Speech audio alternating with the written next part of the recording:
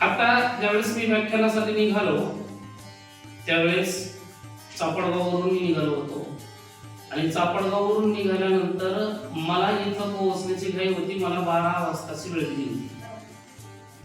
इकडे निघण्याची घाई होते. गाडीमध्ये बसलेलो होतो. पाठीमागे बसलेला असताना माझ्या डोक्यामध्ये एकच होतं की आपल्याकडे वेळ कमी आहे, आपण पटकन पोहोचलं पाहिजे आणि हा उद्देश डोळ्यासमोर ठेवून मी माझ्या सोबत्याला सांगितलं की आता थोडंसं घाई करा, आपल्याला वेळेत पोहोचायला पाहिजे, आपण वेळ पाळली पाहिजे आणि म्हणून गती दिली.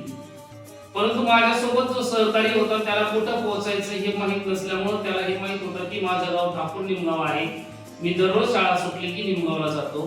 त्या पद्धतीनं राक्षीमध्ये आल्यानंतर त्याने लेफ्ट टर्न घेतला आणि गाडी ठाकूर निमगावच्या दिशेने निघाली. मी माझ्या चिंतनामध्ये होतो की मला आता आजपर्यंतचे कार्यक्रम वेगळे होते, मला आता शिक्षकांच्या समोर बोलायचं आहे याचा विचार मी मनामध्ये करत चाललो होता आणि तोपर्यंत गाडी ठाकूर निमगावच्या बस स्टँडवरती पोहोचली. मी त्यांना स्पीड वाढवायला सांगितलं होतं. गाडीचा स्पीड वाढत गेला. ठाकूर निमगाव आला आणि अचानक मी समोर पाहिलं आणि माझं गाव आहे, मला शेवगावला पोहोचायचं. आकस्मिक झोपेतून उठावं तसं जाग आल्याने सांगितलं आपला मार्ग चुकला. आणि त्यावेळेस मनामध्ये कुठेतरी एक भावना निर्माण झाली की आपण एखादं ध्येय प्राप्त करण्यासाठी किती गती देतो, या गतीपेक्षा त्या ध्येय प्राप्तीची दिशा कशी असावी हे दाखवण्याचं कार्य तुम्ही आम्ही शिक्षक वृंद जे करतात ना, त्या निमित्तानं तुम्हा सर्व शिक्षकांना मी सर्वप्रथम अगदी नतमस्तकाने नमन करतो आणि माझ्या वाणीला व्याख्यानाला सुरुवात. आपण ज्या पवित्र क्षेत्रामध्ये उतरलो आहोत, जे पवित्र कार्य आपण हाती घेतलेलं आहे, या कार्याची आणि या पदाची गरिमा आजही समाजामध्ये खूप मोठी आहे. पूर्व इतिहास याचा साक्षीदार आहे आणि म्हणजे भूतकाळही साक्षीदार आहे, वर्तमानही आहे आणि भविष्य देखील हेच सांगतो की शिक्षक हे एक वेगळं स्थान समाजाला घडवण्याची जबाबदारी घेऊन चाललेलं आहे.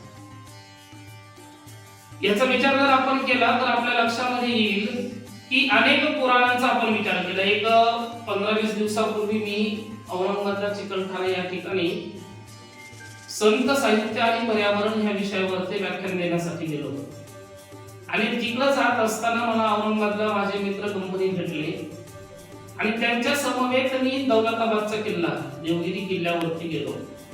त्या किल्ल्यावरती गेल्याच्या नंतर आपण सर्वांना माहित आहे की तो किल्ला जसा अभेद्य आहे तसं त्याला एक आध्यात्मिक अधिष्ठान आहे. त्या ठिकाणी संत जनार्दन स्वामींची समाधी आहे.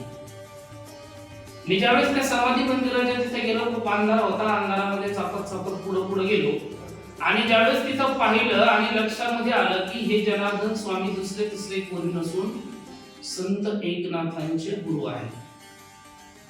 मग संत एकनाथांचे गुरु म्हणल्यानंतर संत चरित्र समोर आलं. ज्या संत एकनाथांनी या जगाला अनेक प्रकारचं म्हणजे संत साहित्यातील सर्वात मोठं वाङ्मय कोणाचं आहे तर ते संत एकनाथांचं आहे.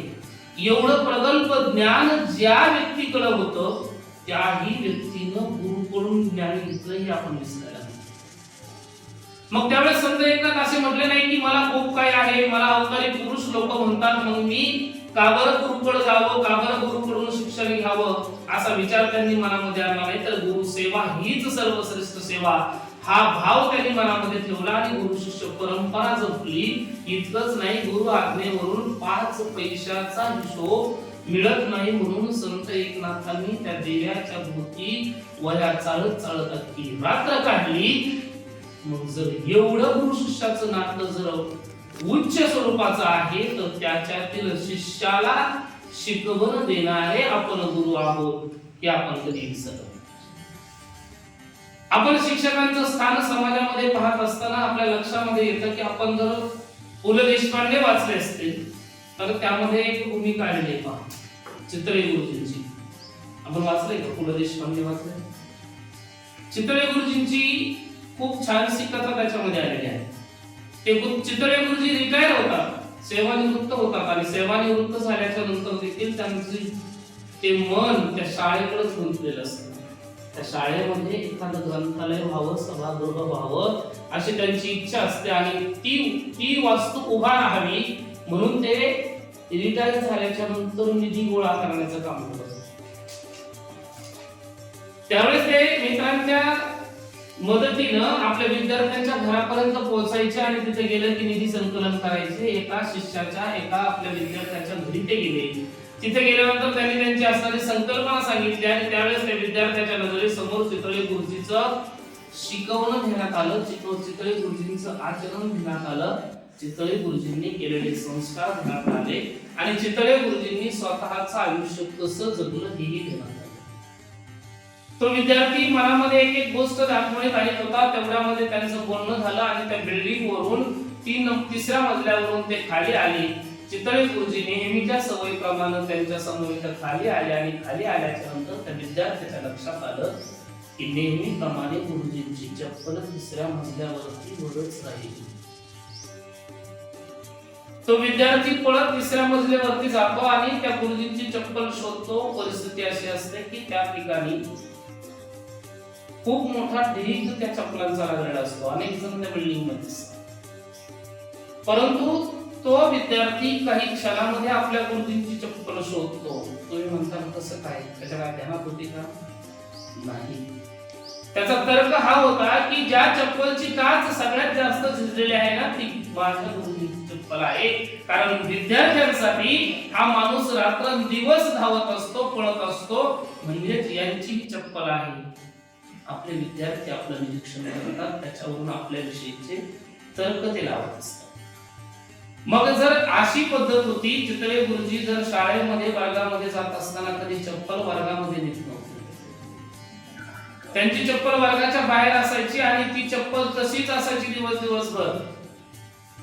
या वर्गामधून त्या वर्गात गेलं की पहिल्या वर्गासमोर चप्पल विसरावी आणि दुसऱ्या मुलानं पाठीमागून जावं. ज्या वर्गात चितळे गुरुजी असतील तिथं ती चप्पल घेऊन पोहोच करावी. गुरुजींनी म्हणावं, अरे एक तासभर तू मला माझ्या चप्पलचं ओझं सहन झालं नाही, इकडं आणून ठेवली. वास्तविकता ही आहे की विद्यार्थी आपल्या प्रत्येक हालचालीचं नेहमी निरीक्षण करतात. हे आपण कधीही विसरू नये. शिक्षकांचं स्थान हे समाजानं नेहमी उच्च मानलेलं आहे, हेही आपण विसरू नये. आणि विद्यार्थी आपलं निरीक्षण करतात, हेही आपण कधी विसरलं नाही. आज वास्तविक पाहता जगाचा विचार करता आणि भारत देशाचा, महाराष्ट्राचा विचार करता परिस्थिती जगामध्ये आणि देशामध्ये खूप वेगळी आहे. आपण वऱ्हाड निघाले लंडनला, एक पात्री प्रयोग नाव ऐकलं नाही? त्याच्यामध्ये जी महत्वाची भूमिका आहे एक पात्री प्रयोगाची ती लक्ष्मणजी देशपांडे यांची आहे. त्यांचे हजारो प्रयोग झाले आणि नुसतं भारतामध्ये नाही, महाराष्ट्रामध्ये नाही, तर भारताच्या बाहेर विदेशात देखील त्यांच्या त्या एक पात्री प्रयोगाचे, एक पात्री नाटकाचे अनेक प्रयोग झाले. माझ्या बंधू भगिनींनो, मी एक सांगेल की त्यांचा तो प्रयोग जो होता त्याच्यामध्ये एक नाटिका होती हे मान्य आहे, परंतु त्या भूमिकेचा जर आपण विचार केला तर आपल्या लक्षामध्ये येईल की एकटे देशपांडे एकाच वेळेस आपल्या समोर अनेक प्रसंग उभे करतात. असं वाटतच नाही की समोर बोलणारा माणूस एक आहे. असं वाटतं की त्याच वेळेस त्या असणारी मुलाची आई तिथं आहे, स्वतः त्या मुलाचे वडील आहेत, तो विदेशामध्ये शिकायला गेलेला त्यांचा तो मुलगाही आहे. प्रत्येक भूमिका ते बोबडं बोलणारं पोरग देखील आपल्या समोर असं वाटतं की देशपांडे नाही, तो मुलगा स्वतः आपल्या समोर आलेला आहे. ही जी कला आहे ही कुठंतरी एका शिक्षकानं त्या कलेला दिलेल्या वावामुळे निर्माण झालेली आहे. आणि मग ज्यावेळेस ते लक्ष्मणजी देशपांडे विदेशामध्ये, देश सोडून विदेशामध्ये प्रयोग करायचे, अशा एका प्रयोगासाठी ते स्वतःच्या पत्नीला घेऊन जर्मनीमध्ये गेले. ज्यावेळेस त्यांनी तिथं तो आपला नाटकाचा प्रयोग केला आणि परतीच्या प्रवासाला निघाले, त्यांच्याकडं त्या विमानाच्या तिकिटाची हार्ड कॉपी दिली. विमानतळावरती आले. आपण अनेक वेळेस हा दृष्टांत, हे उदाहरण नक्की ऐकलं असेल. मला फक्त त्या विषयापर्यंत तुम्हाला न्यायचंय, मला तोच काय आणायचा नाहीये. परंतु ज्यावेळेस ते विमानतळावरती आले आणि तिथं आल्यानंतर त्यांनी पाहिलं की त्यांच्याही लक्षात आलं आपल्याकडे आपल्या विमानाच्या तिकिटाची हार्ड कॉपी नाहीये, परंतु त्यांचा तो नंबर वगैरे लक्षामध्ये होता. विमानतळावरती आल्यानंतर त्यांना तिथं अडवलं गेलं आणि ज्यावेळेस त्यांनी हे सांगितलं की मी एक शिक्षक आहे, त्यांना प्रश्न विचारला तुम्ही कोण आहात, त्यांनी सांगितलं मी भारत देशातील एक शिक्षक आहे. ज्यावेळेस जर्मनीतील विमानतळावरील त्या अधिकाऱ्यांनी तो शब्द ऐकला त्यावेळेस त्यांना सांगितलं, आपण शिक्षक आहात, काही हरकत नाही, तुम्ही कोणत्याही प्रकारचं काहीही लेखी देऊ नका, तुम्ही तुमच्या विमानामध्ये तुमच्या सीट वरती जाऊन बसू शकता. विदेशामध्ये जर्मनीमध्ये त्या शिक्षकाला मिळालेला तो रिस्पॉन्स आहे, तेवढं आदराचं स्थान जर्मनीमध्ये शिक्षक या एका शब्दावरती दिल्या गेलं. आणि लक्ष्मण देशपांडे आपल्या पत्नी सोबत विमानामध्ये बसले आणि ते विमान जोपर्यंत भारत देशामध्ये येत नव्हतं तोपर्यंत त्यांच्या मनामध्ये एकच विचार होता, केवढा आदरभाव, केवढी मोठी ही किंमत शिक्षकाला दिली जाते, एका शिक्षक या शब्दाला किती लोक मान देतात, असा विचार करत करत विमानातला ते प्रवास त्यांचा संपला आणि भारत देशामध्ये विमानतळावरती आले.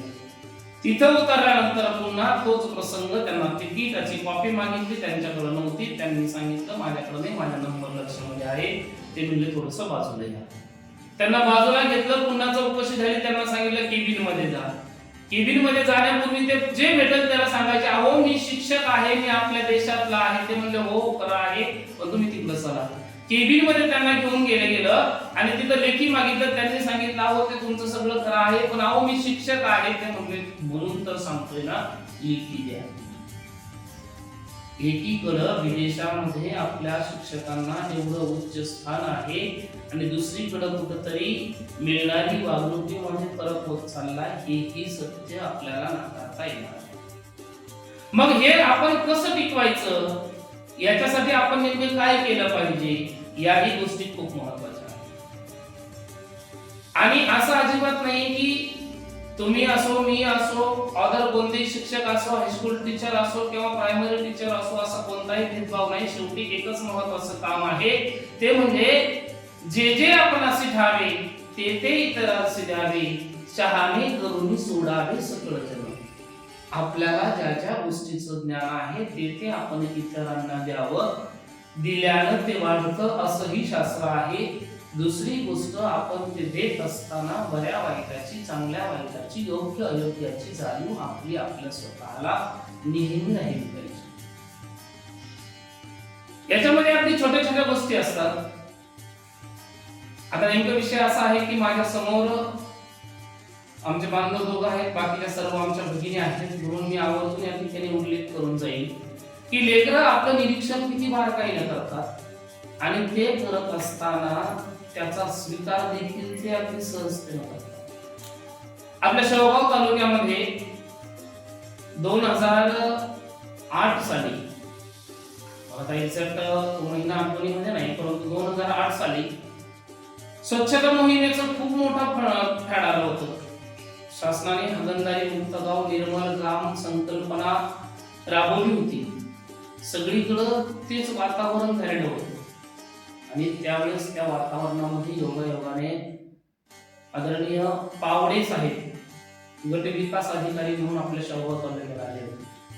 आणि तो माणूस म्हणजे असं झंझावातासारखं काम करायला लागला. रात्र दिवस सगळं काही त्यांना काही कळत नव्हतं, रात्र दिवस ते पळायचे. आणि त्यावेळेस ते माझ्या शाळेवरती आले, मी त्यांच्याशी थोडस बोललो, स्टेजवरती 2 शब्द बोललो आणि अशा अधिकारी टपकन काही पॉइंट टिकतात, त्यांनी टपकन तो पॉइंट टिकला. दुसऱ्या दिवशी माझी ऑर्डर काढली, स्वच्छता दूत म्हणून स्वच्छता प्रबोधनासाठी त्यांनी माझी निवड केली. मला माझं काही सांगायचं नाही, मला हे सांगायचंय की त्या टीम सोबत स्वच्छता दूत या नात्यानं काम करत असताना मी तालुका फिरायचो. आम्ही पहाटे गवते साहेब आणि आम्ही पहाटे 5 वाजता आमची गाडी चालू व्हायची.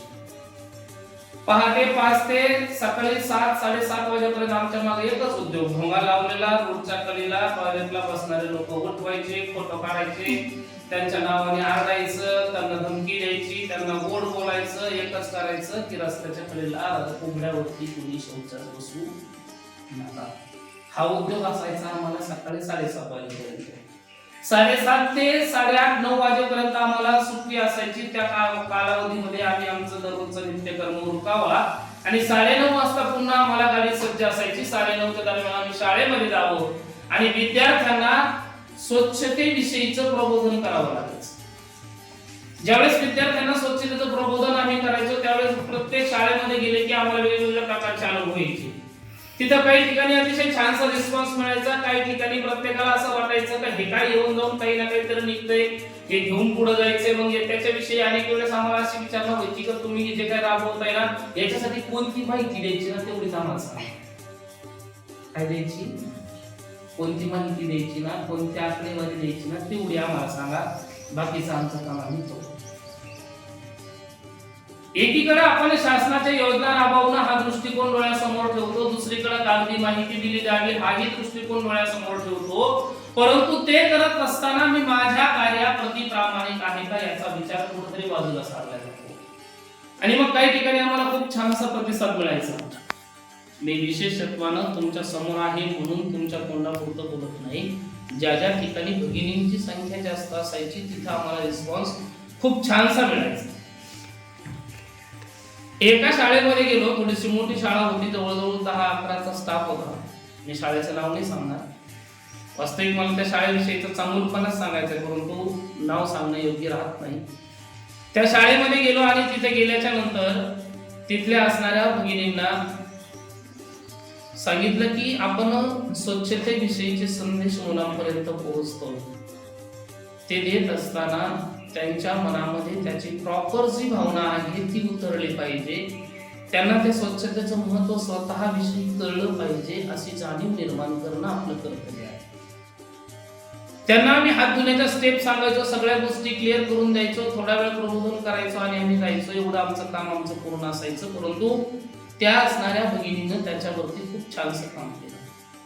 प्रत्येक वर्गामध्ये त्या भगिनीने त्या ग्रुपने त्या मुलांना समोर घ्यावं, हात कसे धुवावे त्यांना प्रॅक्टिकल दाखवावं आणि ते दाखवल्यानंतर त्यांच्याकडून ते करून घ्यावं. 4-8 दिवस 9 दिवस त्यांना सवय लावत गेल्या. हळूहळू ते रूपांतर जे 0% होतं ते 50% झालं. मुलं नियमाने हात धुवू लागली. 50-70% गेलं, 90% गेलं, 95% ते काम पूर्ण झालं. मुलांना आता सवय लागली आणि ती लागलेली सवय पुढं ती चांगल्या सवयीमध्ये ऑटोमॅटिक गणल्या गेली. परंतु त्याही काळामध्ये आपण म्हणतो काही गोष्टी अशा असतात की त्याचं पुढं उलगडत नाही. त्या शाळेमध्ये एक मुलगा असा होता की तो काही केल्या ती शिस्त पाळत नव्हता, तो हातच धुत नव्हता. त्या मुलाची तक्रार त्या शाळेतील मुख्याध्यापकांपर्यंत गेली. मुख्याध्यापकाने त्या वर्ग शिक्षकाला जबाबदारी दिली की तुम्ही बाकीचा वर्ग पाहू नका, फक्त त्याला सुट्टी झाली की हाताला धुवून घेऊन जा आणि त्याचे हात धुवून तुम्ही स्वतः हात धुवून देत जा. 4-8 दिवस झाले की त्याच्यामध्ये बदल झाला. हा प्रयोग त्या मॅडमने केला, न सांगता दररोज नियमाने तो प्रयोग त्या मॅडमने केला. त्या मुलाला सवय लागली. परंतु झालं काय, आणखी त्या सोबत एक गोष्ट घडली. आतापर्यंत सांगितलेली गोष्ट ही प्रत्यक्ष मी अनुभवलेली होती. आता इथून पुढे जे सांगतोय त्याच्यामधून थोडासा बोध तुम्हाला द्यायचा आहे म्हणून त्याच्यासोबतची ती केलेली जोडणी आहे. नाहीतर तुम्ही म्हणताना आम्ही दुसरीकडेही कुठेतरी ऐकलं होतं. तो मुलगा दररोज नियमाने आता हात धुवायला लागला. परंतु गोष्ट अशी घडली की तो मुलगा हात धुतल्यानंतर ते हात आपल्या त्या असणाऱ्या वर्ग शिक्षिका मॅडमच्या पदराला जाऊन बसायचा. काय करायचा, पदराला ते हात जाऊन बसायचा. आता पहिल्या दिवशी मॅडमने लढीवाळपणाने घेतलं, सहन केलं. दुसऱ्या दिवशी तो न सांगता तिथं गेला, हात धुतला हँडवॉश घेऊन. परंतु मॅडम त्याच्यापासून बरेचसे लांब होता. तो पळत तिकडे गेला आणि जाऊन त्या मॅडमच्या पदराला हात बसला. लेकरू लहान होतं, मॅडमने धोकून घेतलं. परंतु तिसऱ्या दिवशी परिस्थिती अशी झाली की हा मुलगा बाकीच्यांच्या पेक्षा उशिरा भारताच्या सुट्टीमध्ये बाहेर पडला होता. न चुकता तो हात धुण्यासाठी गेला. तो हात धुवून आला तोपर्यंत मॅडम स्वतः जेवायला जाऊन बसल्या होत्या. त्याने शोधल्या मॅडम कोणत्या वर्गात बसल्या. ते तिथं गेला आणि जाऊन त्यांच्या पदराला हात बसला. आता मात्र त्या मॅडमला राग आला आणि त्या मॅडम तक्रार घेऊन मुख्याध्यापकाकडे गेल्या आणि म्हणल्या तुमचं म्हणणं ऐकलं पण हे उलटच होऊन बसलं. हे पोरग रोज येतंय माझ्या पदरालाच हात बसले. मुख्याध्यापकांना प्रश्न पडला की या मुलाला एक सवय चांगली लागली पण ही दुसरी भानगड काय झाली. परंतु मुख्याध्यापकांनी विचार केला आणि त्या मुलाच्या आईला निरोप देऊन शाळेमध्ये बोलवलं आणि त्या आईला विचारलं. त्या सर्व असणारा स्टाफ समोर होता. त्या स्टाफच्या समोर विद्यार्थ्यांच्या समोर ते मुख्याध्यापक त्या आईला विचारतात ताईसाहेब तुमच्या मुलामध्ये गेल्या 8-10 दिवसात 15 दिवसात काही बदल तुम्हाला जाणवला का हो? असं काही वेगळी शिस्त किंवा वेगळा खोडकरपणा असं काही तो करतोय का? त्या आईनं थोडा वेळ विचार केला आणि सांगितलं, हो गुरुजी, माझं पोरग कधीही जेवायला बसताना हात धुत नव्हतं. जेवायला बसताना कधीही हात धुत नव्हतं, परंतु ते पोरग आता हात धुतल्याशिवाय जेवायलाच बसत नाही. एक पॉइंट मुख्याध्यापकांना क्लिअर मिळाला की आईनं निरीक्षण केलंय की लेकरामध्ये बदल झालाय आणि हा नियमानं दररोज हात धुवून जेवायला बसतो. मग त्या मुख्याध्यापकानं पुढचा प्रश्न विचारला, ताई, हात धुतल्याच्या नंतर त्याला हात पुसण्यासाठी तुमच्याकडे काही नॅपकिन, टॉवेल असं काही कुठं लटकून ठेवलेलं आहे का? तो हात नेमकी कुठं पुसतो? त्यावेळेस त्या आईनं अगदी सहज उत्तर दिलं, अहो काय गुरुजी, या आमचं गावात खेड्यातलं घर, आमच्याकडे पूर्ण आला नॅपकिन कशाला म्हणतात हेच मला माहित नाही, आमच्याकडे कशाचं ते आलंय. मग गुरुजी म्हणले, अहो ताई, मग ते हात कुठं पुसतो? त्या ताईनं अगदी सहज उत्तर दिलं, गुरुजी, ते न चुकता जातं, हात धुतं आणि पळत पळत येऊन माझ्या पदराला हात पुसतं मग जेवायला बसतं. कोण? ते शाळेतलं कधीही कोणाचं न ऐकणार पोरगं. त्या प्रश्नाचं उत्तर मिळालं आणि गुरुजीने आणखी एक पुढचा प्रश्न त्या मौलीला विचारला, त्या आईला विचारला, ताई, या लेकरामध्ये आणखी काही बदल झाला का? तुमच्या घरामध्ये आणखी काही गोष्टी तो तुम्हाला सांगतो का, काही बोलतो का? त्यावेळेस मिळालेलं उत्तर माझ्या भगिनींनो आवर्जून बारं काही नाही का, ती आई, त्या मुलाची आई त्या गुरुजींना, त्या स्टाफला त्यांच्या समोर सांगत होती की हे मुलगं घरी आलं, मी सकाळच्या वेळेमध्ये जर शेतामध्ये निघाले तर मी माझ्या दररोजच्या नियमाप्रमाणे शेतामध्ये जाताना ती साडी चुपून नेसले की तो पदर कमरेला खवायचे, माझ्या केसांचा बुचडा बांधायचे आणि शेतामध्ये जायचं. पण आता ते पोरग मला आडवं होतंय आणि सांगतंय असं पदर पोचून जायचं नाही. आमच्या मॅडम कशी मस्त साडी पिन करतात ना, तसे टापटीप मध्ये साडी पिन करायची, हा बुचडा बांधायचा नाही, त्यांच्यासारखी छानशी वेणी बांधायची आणि मग तुला शेताला जायचं असलं तर शेताला जा, नाही तर गावाला जा. पोरानं निरीक्षण कोणाचं केलंय? भगिनीनो, त्यावेळेस त्या मुख्याध्यापकाने दिलेलं उत्तर खूप छान होतं. ते मुख्याध्यापक सांगू लागले, बाई मॅडम, एक गोष्ट लक्षामध्ये घ्या की घराकडे ते लेकरू गेलं की त्याच्या आईमध्ये त्याच्या बाईला पाहतं, त्याच्या आईमध्ये त्याच्या बाईला पाहतं, म्हणून सांगतं की तू साडी पिन कर. परंतु मॅडम, ही गोष्ट लक्षामध्ये घ्या, ज्यावेळेस ते मूल शाळेमध्ये येतं त्यावेळेस मॅडम ते मूल बाईमध्ये त्याच्या आईला पाहतं. हे खूप मोठं महत्वाचं आहे. मग ज्या वेळेस आपण नेहमी पाहतो, माझ्या बंधू भगिनीने एक विचार करा, एखाद्या असणाऱ्या माऊलीचं लेकरू लहान आहे आणि ते लहान असणारं लेकरू ज्या वेळेस कोणाच्या तरी हातामध्ये द्यायचंय, त्याला तोपर्यंत चालता येत नसतं, कोणाच्या तरी हातामध्ये द्यायचंय, त्यावेळेस तुम्ही एका गोष्टीचं निरीक्षण केलं असेल, आमच्या ज्या भगिनी मॅरिड आहेत त्यांनी स्वतः अनुभवलेलं असेल की ते लेकरू दुसऱ्याच्या हातामध्ये देताना ती माऊली विचार करते, यानं माने खाली हात धरलाय का, त्याने ते बाळ व्यवस्थित धरलंय का. ती एखादी जर मुलगी असेल, म्हणजे तरुणी असेल, अविवाहित असेल, तर तिला ते बाळ घेण्याचं जमल का, याचा 10 वेळेस ती माऊली ते बाळ हातामध्ये देताना विचार करते. परंतु थोडासा कालावधी गेल्याच्या नंतरचा एक काळ मनामध्ये आला, ज्या वेळेस ते लेकरू 5 वर्षाचं होऊन जातं, त्यावेळेस तेच आई वडील डोळे झाकून त्या लेकरांचा हात आत्मविश्वासानं ज्यांच्या हातात देतात त्यांचं नाव शिक्षक आहे, हे आपण विसरायला. मग एकीकडे आईने विचार करावा की माझ्या लेकराची साधी मानही लचकली नाही पाहिजे, दुसरीकडे त्याच आईनं आत्मविश्वासानं जास्तीत जास्त वेळेसाठी ते लेकरू आपल्या स्वाधीन करावं, हा आहे शिक्षकाविषयीचा विश्वास. मग आता शिक्षकांचं स्थान, शिक्षकाविषयीचा विश्वास आपण जर अनुभवत असू तर काही गोष्टींची नक्कीच आपली जबाबदारी आहे.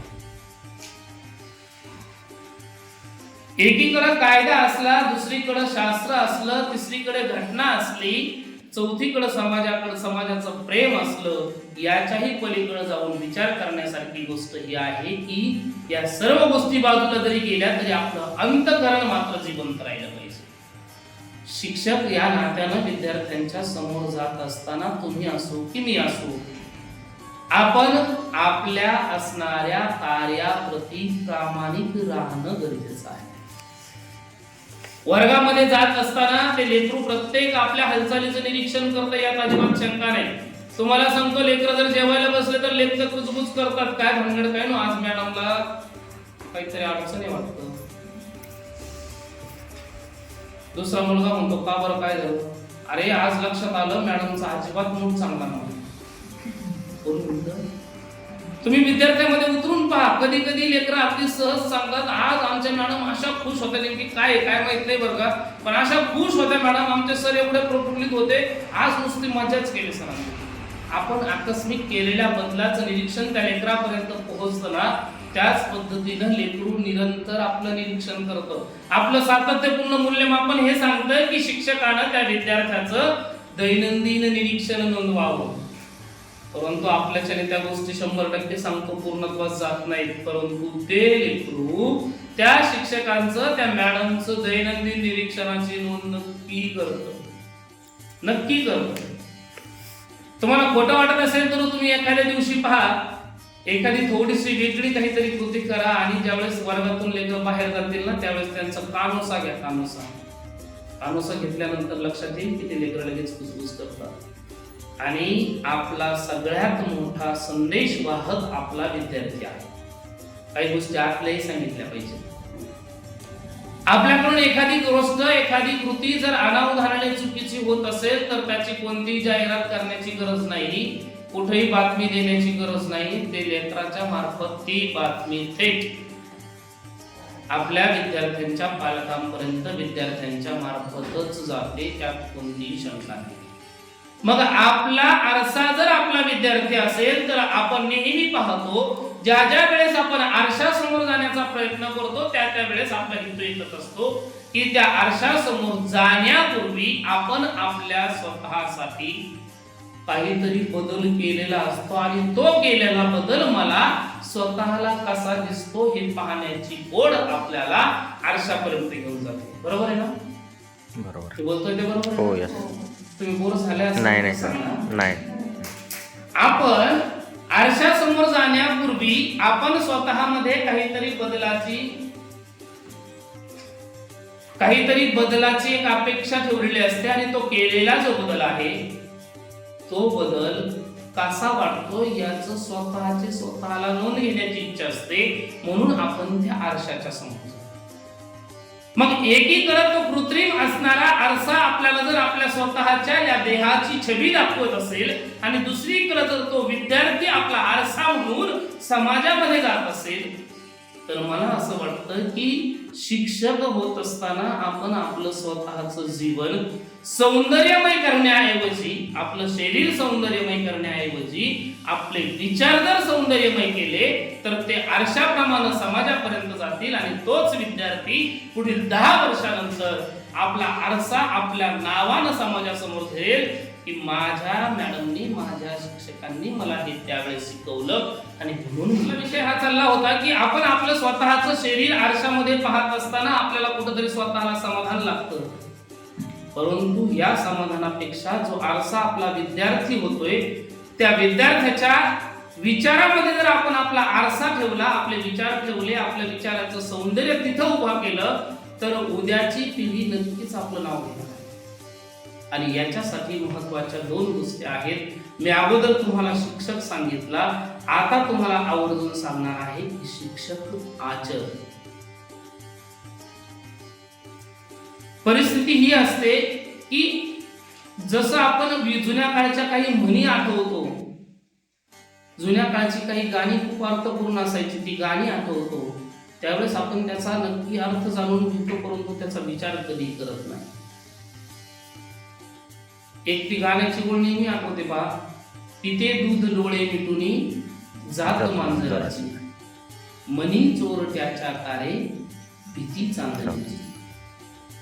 मला कोणावरही कोणताही आरोप करायचा नाही, कारण तुमच्या सर्वांच्या सोबत मीही देखील एक शिक्षक आहे याचं भान मी आयुष्यामध्ये नेहमी ठेवतो. मला ही ओळ मी याच्यासाठी म्हणून दाखवली की आपल्या हातून घडणारी अनेक गोष्टी समाज टिकतो, परंतु त्याही वेळेस अनेक वेळेस असं होतं की आपण असं समजून चालतो की आपण आपल्या कॅम्पसच्या बाहेर निघलो की आपल्याला विचारणार कोणी नाही. आपण ही गोष्ट आयुष्यात कधीही विसरायची नाही. बंधू भगिनींनो, एक विचार करा, आपण शिक्षक हे काही क्षणापुरते अजिबात नाही. आपण रात्रंदिवस शिक्षक आहोत म्हणजे आहोत. आपण पाहिलं असेल, आपले भारतीय संस्कृतीतील जे महापुराण पूर्वी होऊन गेले त्याच्यातील काही गोष्टींची शिकवणी आपल्या समोर नक्कीच असतील. भगवान श्रीकृष्णानं अर्जुनाला भगवत गीता सांगितली, म्हणजेच भगवान श्रीकृष्णाकडे खूप मोठं ज्ञान होतं. हे जरी खरी असलं तरी सुद्धा त्यांचं बालवयातलं चरित्र जर आपण पाहिलं तर संदीपनी ऋषीच्या आश्रमामध्ये सुदाम्यासोबत जाऊन भगवान श्रीकृष्णानं गुरुसेवा केली आणि गुरुसेवा केल्याच्या नंतर ते ज्ञान मिळवलं. अनेक जण म्हणतात की भगवान श्रीकृष्ण अवतारी पुरुष होते. मग ते अवतारी होते तर त्यांना गुरुकडून ज्ञान घेण्याची गरज काय होती, हाही प्रश्न निर्माण होतो. मला अध्यात्म किंवा मला एखादं पुराण हे तुमच्या समोर मांडायचं नाही. मला हे सांगायचं की पूर्वीपासून आजपर्यंत जो कोणी शिक्षक भूमिकेमध्ये गेला, जो कोणी गुरु भूमिकेमध्ये गेला, तो निरंतर गुरु राहिला. निरंतर आजही आपल्या सर्वांच्या मार्गदर्शनासाठी आपले गुरुजी येतात. या अगोदर त्यांचं नाव तुम्हाला सांगितलं. आजही त्यांना शिक्षकच आपण म्हणतो. असं नाही म्हणत की ते सेवानिवृत्त शिक्षक आहेत, म्हणतो का? आजही आपण त्यांच्याकडे शिक्षक म्हणूनच पाहतो. मग आपण निरंतर जर शिक्षक असू तर आपण निरंतर शिक्षक असल्याची जाणीव ठेवून त्या पद्धतीचं आचरण आपलं ठेवलं पाहिजे. शास्त्र हे सांगतं, शिक्षणामध्ये उतरत असताना शास्त्र हे सांगतं की ज्याच्याकडे पाहिल्यानंतर सहज त्याचं चरण आठवावं असं ज्याचं चरित्र आहे त्याला आम्ही शिक्षक म्हणतो. मग ही गोष्ट करत असताना आपण आपलं अध्ययन, अध्यापन या दोन गोष्टीला प्राधान्य देत असताना आपलं असणारं वर्तन याही गोष्टीकडे तितकंच फोकस केला पाहिजे. आज परिस्थिती अशी होत चालली, कॉम्पिटिशनचं युग वाढलंय. मी असं म्हणत नाही बदल स्वीकारावा लागणार नाही. एकीकडे 100% ही जबाबदारी आपली आहे की आपल्याला दररोज होणारे बदल स्वीकारावेच लागतील, अन्यथा आपल्याला मार्केटमध्ये टिकता येणार नाही आणि योग्य ते विद्यार्थी घडवताही येणार नाही. आपल्याला बदल हे 100% स्वीकारावाच लागणार आहे. कालपर्यंत आपण अनुभवला असेल की काळा फळा पांढरा खडू हा अनुभव आपण घेत होतो. नंतर ग्रीन बोर्ड हाही अनुभव आपण घेतलाय. नंतर व्हाईट बोर्ड हाही अनुभव आपण घेतलाय. त्याच्यावरती पेन लिहिण्याचा अनुभवही आपण घेतलाय. यानंतर आता स्मार्ट बोर्ड आलेत, इंटरॅक्टिव्ह पॅनल आलेत. त्या इंटरॅक्टिव्ह पॅनल वरती आता त्या पेनची गरज राहिली नाही, टच स्क्रीन त्याला आली. मग ह्या गोष्टीचा स्वीकार आपण करतोय का, तर आपल्याला कॉम्पिटिशन मध्ये टिकायचंय. परंतु या कॉम्पिटिशन मध्ये टिकत असताना आपल्याला आपल्या संस्कृतीचा संस्कार त्या लेकरावरती कायम ठेवायचा आहे. त्या लेकरानं बापाला बाप म्हटलं पाहिजे, आईला आई म्हटलं पाहिजे, मॅडमला मॅडम म्हटलं पाहिजे, माझ्या शिक्षकांना गुरु सर म्हटलं पाहिजे. याची जाणीव त्यांच्या मनामध्ये त्या संस्कारात होणार आहे. आई वडील अगदी सहज म्हणून जातात, सर आमच्या समोर, आमच्याकडं, आमच्या ताब्यामध्ये लेकरं कमी वेळ राहतात, तुमच्याच ताब्यामध्ये जास्त वेळ आहे. बरोबर आहे का नाही? अगदी सहज त्यांची ती भावना आहे. तुम्ही म्हणाल हे जरी गणित उलट असलं तर त्यांचंच बरोबर आहे, कारण लेकरं त्यांच्या ताब्यात गेल्यानंतर त्याच्यातला 12 तासाचा 8 तासाचा कालावधी झोपेमध्ये जातो. जागृती अवस्थेतला जास्त कालावधी हा नक्की आपल्या आम्हा सर्वांच्या सानिध्याचा. मग ही गोष्ट ज्या वेळेस होते त्यावेळेस बदल आपल्याला स्वीकारत असताना, त्या लेकरांना संस्कृतीची संस्काराची जाणीव देत असताना त्याला याची आठवण करून दिली पाहिजे, बाळा तुला या समाजातील कॉम्पिटिशन मध्ये या वादळामध्ये टिकायचं आहे. आणि त्या वादळामध्ये टिकत असताना त्या टिकण्यासाठी फक्त पुस्तक, एक पुस्तक एवढ्यावरती ही गोष्ट चालणार नाही. फक्त पुस्तकी ज्ञानावरती ही गोष्ट चालणार नाही. माझ्या बंधू भगिनींनो, मी आवर्जून सांगेल की लेकरू प्रत्येक पॉइंट वरती आपल्याकडून शिकत असतं. तुम्ही फक्त धडा, तुम्ही असणारा तो घटक, तो पाठ्य तो पाठ्यक्रम, ती गद्य, ती कविता, ह्या ज्या गोष्टी आहेत, ह्या गोष्टी शब्दशः ओळ निहाय तुम्ही त्यांच्या समोर मांडल्या, तात्पुरत्या हुकमपट्टीने ते नक्की घेतील, परंतु त्या असणाऱ्या घटकामधील मुख्य भाव त्यांच्या समोर आपल्याला वेगवेगळ्या पद्धतीनं मांडता आला पाहिजे. मला तुमचं कोणत्याही प्रकारचं असं अध्यापनाचं ट्रेनिंग नक्कीच घ्यायचं नाहीये, परंतु मी आवर्जून सांगेल की एखादा मराठीचा घटक आपण शिकवतोय ना, तो घटक त्यांच्या नजरेसमोर उभा राहायला पाहिजे. कविता शिकवतोय ना, त्याचा भाव त्यांच्या नजरेसमोर उभा राहायला पाहिजे त्या कवितेचा. ही गोष्ट आपण का करावी? अनेक वेळेस असं होतं की आपण गणित शिकवत असताना ते गणित ज्यावेळेस विद्यार्थ्यांच्या समोर मांडतो, त्यांना त्या संख्येमध्ये, त्या अंकामध्ये आपण एवढं गुरफटून टाकतो की त्या लेकराचा चेहरा पाहण्याचा होतं, नर्वस होतं ते लेकरू. परंतु त्याच्याऐवजी त्याही गोष्टीला जर आपण खेळीमध्ये, विनोदी शैलीमध्ये नेण्याचा प्रयत्न केला, खेळता खेळता गणित शिकवण्याचा प्रयत्न जर केला ना, तर मला वाटतं त्या लेकराचं ती गोष्ट कधीही विसरत नाही. आणि फॉर्म्युले जे असतात किंवा अनेक काही संकल्पना असतात, त्याच्यानंतर तुम्हाला सांगतो आपण ऍक्टिव्हिटीज ज्या घेतो, या कोणाकडून तरी घेतलेल्या पाहिजेत, कोणाच तरी पाहिलेल्या पाहिजेत असं अजिबात नाही. सगळ्यात महत्वाची गोष्ट, मनातील हा भ्रम पूर्णपणे काढून टाका की एखाद्याचे व्हिडिओ खूप गाजतायत, एखाद्याच्या व्हिडिओला खूप लाईक्स येत आहेत म्हणून त्याला जे जमतं ते मला कधीच जमणार नाही, हा गैरसमज पूर्णपणे डोक्यातून काढून टाका. दुसऱ्याकडे जे आहे ते नक्कीच आपल्याकडे नसेल, परंतु त्याही सोबत आपला आत्मविश्वास हा पाहिजे की माझ्याकडे जे आहे ते देखील दुसऱ्याकडे नसणार. हा आत्मविश्वास एका शिक्षकाच्या मनामध्ये पाहिजे. आणि ज्यावेळेस आपण हा आत्मविश्वास आपल्या मनामध्ये ठेवू, त्यावेळेस लेकराच्या समोर जाताना, त्या विद्यार्थ्यांच्या समोर जाताना आपल्याला हे लक्षामध्ये येईल की प्रत्येक विद्यार्थ्याचं निरीक्षण आपण नोंदवतोय आणि त्या प्रत्येक विद्यार्थ्याला कोणत्या बाबतीतली कशाची मार्गदर्शनाची गरज आहे. ह्या गोष्टी ज्यावेळेस आपण करत जाऊ, त्यावेळेस आपल्या लक्षामध्ये येईल की आपण आपल्या प्रपंचामधील, आपल्या घर संसारामधील सुख आणि दुःखाच्या वादळाला वर्गामध्ये गेल्यानंतर किती सहज विसरू शकतो. तुमच्याकडे एक रूल चांगला आहे, मला पाठीमागं कळलं की वर्गामध्ये अध्ययन चालू असताना मोबाईलचा वापर नसतो, बरोबर ना? मोबाईलचा वापर नसतो. त्याच्यामुळे सगळ्यात जास्त सध्याच्या युगामध्ये डिस्टर्ब करणारी गोष्ट तुमच्या समोर नक्की नाही, परंतु कृत्रिम एखादी वस्तू डिस्टर्ब करणारी आपण सहज बाजूला सारू शकतो. ही उचलून आपण बाजूला ठेवून देऊ शकतो. तुम्ही पाहिलं असेल, इथं उभा राहिल्याबरोबर मी माझा फोन सायलेंट केला आणि समोर ठेवलेला.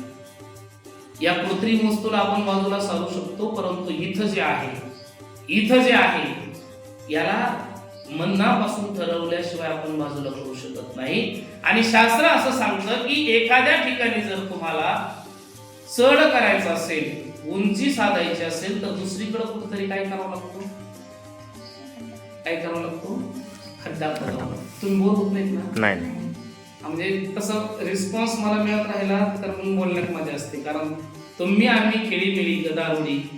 शास्त्र असं सांगतं की नोहे हा एकेल्याचा खेळ म्हणून मेळ जमविला. एकट्या दुकट्याचं शिक्षण हा अजिबात विषय नाही आहे. तुम्ही आणि आम्ही एकमेकांना रिस्पॉन्सनी पुढे जात असतो. मला हे सांगायचंय की आपल्याला जर एखाद्या ठिकाणी जर चढ करायचं असेल तर दुसरीकडे आपल्याला खड्डा खोदावा लागतो, तरच तो चढ होतो. ही गोष्ट आपण कधीही सहज निरीक्षणामध्ये घेत नाही, परंतु हीच गोष्ट विद्यार्थ्यांपर्यंत आपण नेमकं ताकदीनं मांडू शकतो. मला तेच सांगायचंय, हाच दृष्टांत, हेच उदाहरण पुन्हा वर्गामध्ये बसवता येतं. जर आपल्याला आपल्या विद्यार्थ्यांमध्ये एकरूप व्हायचं असेल तर कुठंतरी आपल्या सुख दुःखाच्या असणाऱ्या सपाटीचा खड्डा खोदायचा आणि ते तिथं गाडायचं, तिकडचा चढ इकडे वर्गात करायचा आणि विद्यार्थ्याची एकरूप व्हायचं. ज्यावेळेस आपण विद्यार्थ्यांसोबत एकरूप असू त्यावेळेस प्रत्येक विद्यार्थ्याची भावना आपल्याला समजते आणि ती भावना समजली की त्याच्यावर काम करता करता तुमचा तास कुठं संपूर्ण तुम्हाला कळणार. मग हे करताना विषय निहाय मी आवर्जून मॅडमच्या समोर सांगेल की माझ्या कोणत्याही बंधू भगिनीला, म्हणजे एक 2-3 गोष्टीमध्ये मी नेहमी काम करतो. माझ्या शिक्षक बंधू भगिनींना अध्यापनामध्ये जर काही अडचणी असतील तर याच्यावरती मी नेहमी काम करतो. पर्यावरण या क्षेत्रामध्ये कोणाची काही शंका असेल त्याच्यावरती नेहमी काम करतो. आणि दिव्यांग विद्यार्थ्यांपासून तर दिव्यांग मोठ्या व्यक्तींपर्यंत कोणाच्या काही अडचणी असतील तर याच्यावरही नेहमी काम करतो. मी आवर्जून या ठिकाणी आपल्या सर्वांना आवाहन करेल की आपल्या असणाऱ्या शैक्षणिक लाईफ मध्ये जर आपल्या समोर काही अडचणी असतील, माझ्याकडं पूर्णतः नॉलेज बिलकुल नाही, परंतु तुमच्या सर्वांच्या शुभेच्छेनं मॅडम सारख्यांच्या ज्यांचा विश्वास माझ्यावरती आहे अशा व्यक्तींच्या सानिध्यामुळं संपर्कामुळं आज महाराष्ट्रभर अनेक मार्गदर्शक आहेत की ज्यांचं मार्गदर्शन आपण आपल्या अडचणी सोडवण्यासाठी नक्की घेऊ शकतो. मी माझ्या भगिनीच्या उपस्थितीमध्ये तुम्हा सर्वांना या ठिकाणी शब्द देईल की पुढील आपल्या शैक्षणिक लाईफ मध्ये आपल्या समोर जर मुलांच्या भल्यासाठी जर काही अडचणी निर्माण होत असतील तर नक्कीच तुम्ही आणि आम्ही आपण एकत्रित येऊन त्या अडचणी सोडवू, परंतु एकही लेकरू त्याच्या मूळ जीवनापासून आणि मूळ जीवनाच्या विकासापासून दूर राहिले नाही पाहिजे. हे आपलं सर्वात महत्त्वाचं कर्तव्य आहे, ही आपली सर्वात महत्त्वाची जबाबदारी आहे. बराच वेळ झाला मी तुमच्याशी बोलतोय. मला आवर्जून या ठिकाणी 2 गोष्टी या ठिकाणी शेअर करायच्या आहेत की लेकरांमध्ये जिद्द, लेकरांमधला आत्मविश्वास आणि लेकरांमधली चूक या 3 गोष्टीवरती आवर्जून काम करा. त्या लेकराचा आत्मविश्वास वाढवण्याच्या दृष्टिकोनातून तुम्हाला जे जे काही करता येईल, प्रोत्साहित करणं म्हणजेच आत्मविश्वास वाढवणं. दुसरी कोणतीही व्यक्ती आत्मविश्वासाची शिक्षकासाठी नाही. त्याला फक्त काय करा, प्रोत्साहित करा. चुकू द्या त्याचं, कोणाचं चुकत नाही, आपलं हे चुकत होतो, चुकूनच आपणही शिकलो आणि म्हणून आज ह्या पदापर्यंत आपण आहोत. कोण म्हणतो चुकत नाही, मीही चुकलोय, आपणही चुकला असाल. त्याच्या चुकीवरती शिक्षा न करता त्या चुकीला थोडंसं दुर्लक्षित करा आणि योग्य मार्ग त्याला द्या. आणि जो मार्ग दिलाय त्याच्यावरती साधा एक पाऊल जरी त्यांनी ठेवलं तरी त्याची थोडी प्रशंसा करा, प्रोत्साहन द्या. पहा ते लेकरू तुमची कन्सेप्ट तुमच्यापर्यंत निर्भीडपणानं आत्मविश्वासाने घेऊन येईल. आत्मविश्वास वाढवण्यासाठी त्या लेकरांना प्रोत्साहित करा, त्याच्या जिद्दीला कुठेतरी बळ द्या.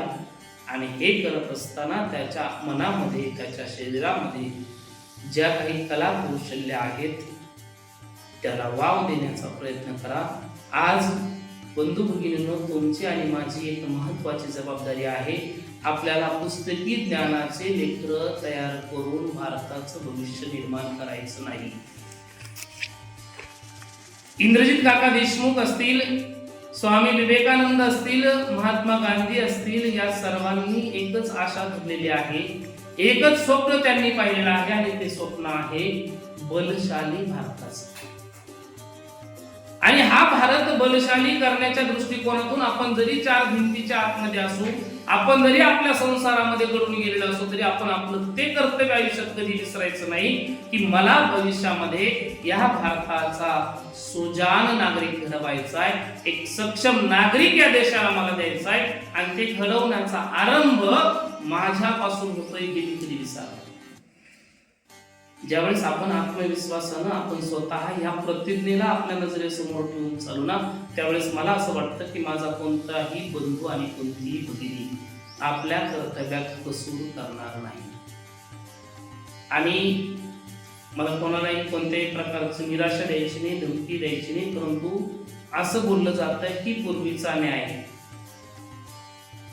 या जन्माचा न्याय दुसऱ्या जन्मामध्ये असायचा. मी अनेक ग्रंथांचा अभ्यास करत असताना मला अनुभवायला मिळालं.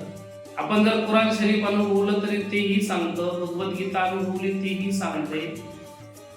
एकच शास्त्र सगळीकडे लागू होतं. पूर्वीच्या काळ कसा होता मला माहित नाही, परंतु आज तरी हे सांगितलं जातं की या ठिकाणी केलेलं याच ठिकाणी पूर्णत्वास आहे.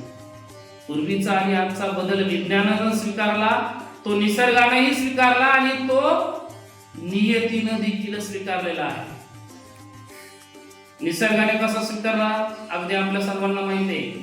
मॅडम आपल्याला देखील माहिती आहे की पूर्वी पंजोबा आंब्याचं झाड लावायचं आणि त्या नातवाचं पोरगा आंब्याचं फळ खायचं, बरोबर आहे.